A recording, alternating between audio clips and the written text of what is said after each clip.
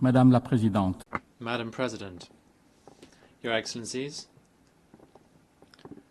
distinguished delegates, first of all, I would like warmly to congratulate Her Excellency Annalena Baerbock upon her election to the presidency of the 80th session of the United Nations General Assembly. I would also like to congratulate His Excellency Philemon Yang for his stewardship of the 79th session. The Pact for the Future that was adopted during his mandate is fully relevant given the topic for this year, Better Together, 80 Years and More for Peace, Development and Human Rights. This illustrates the spirit of continuity and cooperation that underpins this august global body to remain a source of hope for all of humanity. This year's theme is not just a slogan. It solemnly reminds us that the UN's promise only remains when we act united, when we work to achieve solidarity between nations and peoples, and when we measure success not just in national terms, but in line of the common well-being of citizens of the world. 8 decades ago, after a devastating global war, nations large and small gathered together behind a unique vision. Peace, development and human dignity can only be guaranteed through collective action. Nevertheless, as we gather here to mark this important stage, the ideals of multilateralism are being put to the test. Geopolitical divisions have only got worse. Rivalries between major powers all too often hamper the Security Council's decisions. This leaves many crises throughout the world unresolved and puts millions of lives in danger.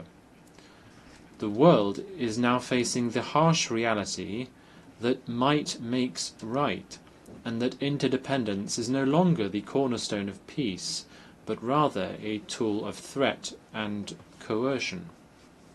If we genuinely believe that we are better together, we must reinvigorate trust in multilateral institutions, invest in preventive diplomacy, and ensure that the UN is equipped, both politically and financially, to respond decisively and effectively to old and emerging challenges. Madam President, Excellencies, ladies and gentlemen, allow me to speak about peace and to do so from lived experience. For decades, war and genocide traumatized our people and destroyed our country. Dialogue and not war between two true statesmen, our late King Father, His Majesty Samdech Preh Norodom Sihanouk, and our former Prime Minister, Samdech Techo Hun Sen, both blessed with wisdom, willpower, and genuine patriotism, had engendered the peace process and national reconciliation. It is now well known that peace was finally achieved through the win-win policy of Samdech Techo Hun Sen that ended 30 years of conflict without a single bullet being fired. We remain forever grateful to the many countries and to the UN peacekeeping operation that have extended support to Cambodia throughout the peace process. Across our towns and villages, the word "we thank peace" are not mere decoration.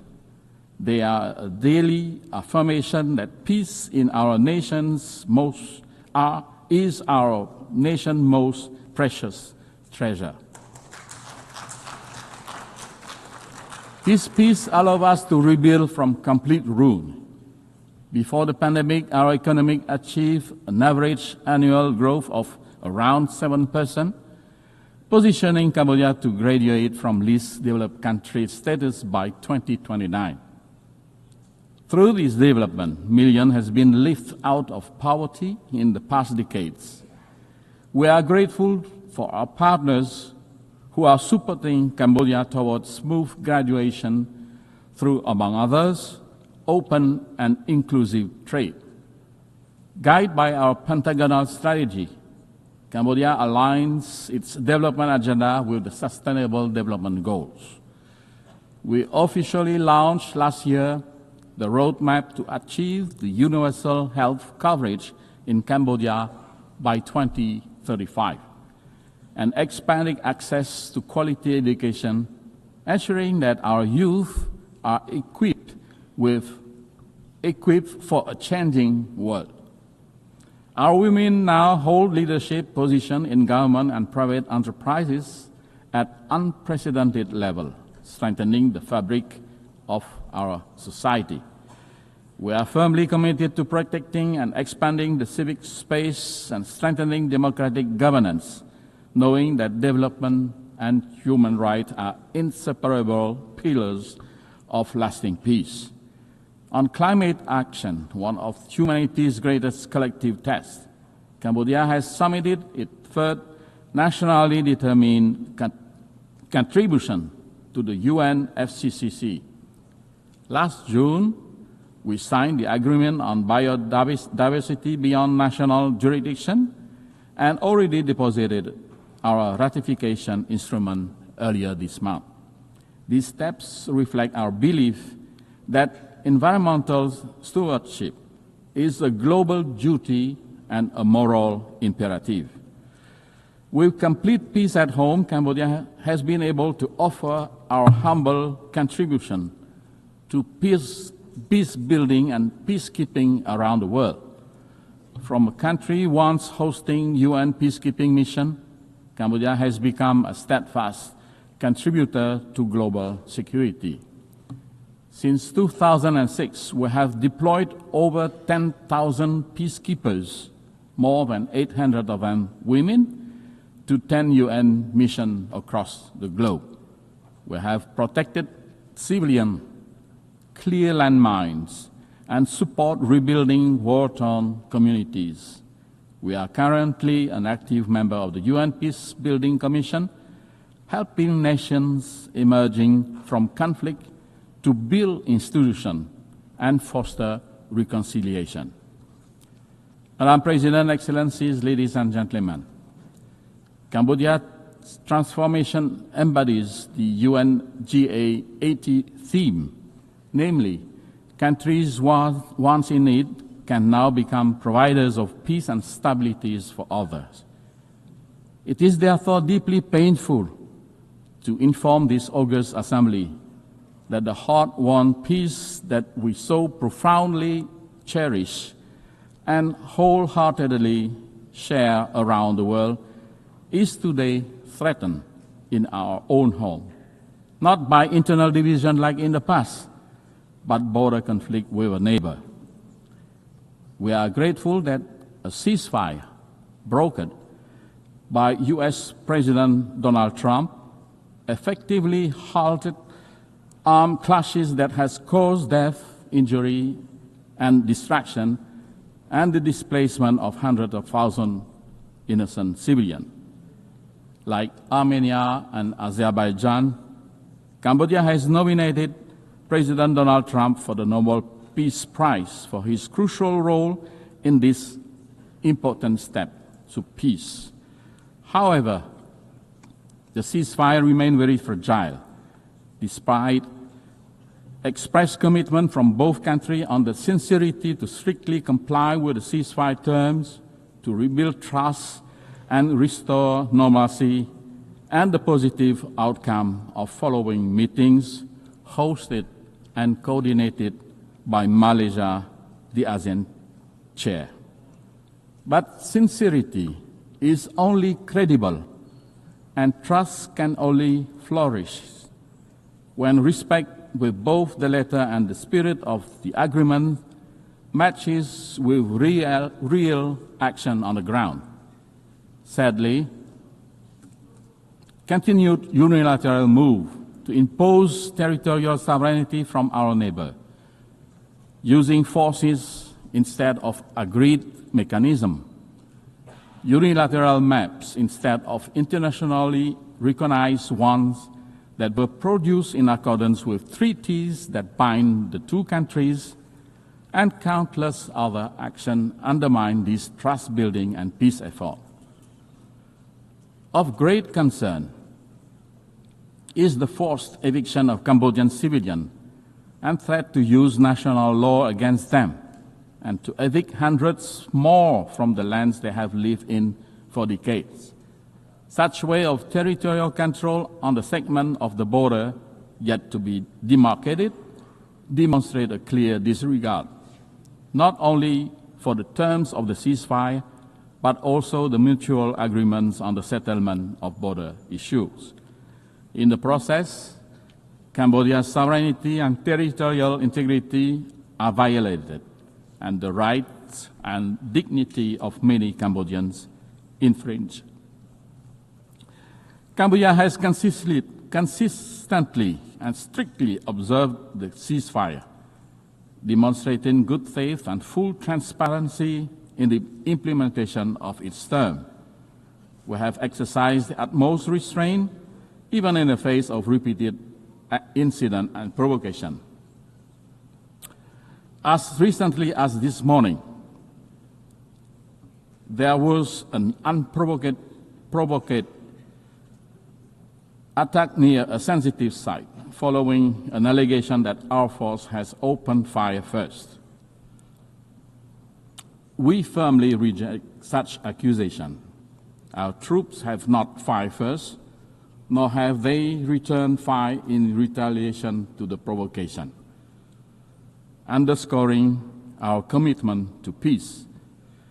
Guided by the same spirit that ended our internal conflict near 3 decades ago, Cambodia reaffirms its call for dialogue and the peaceful settlement of all outstanding issues.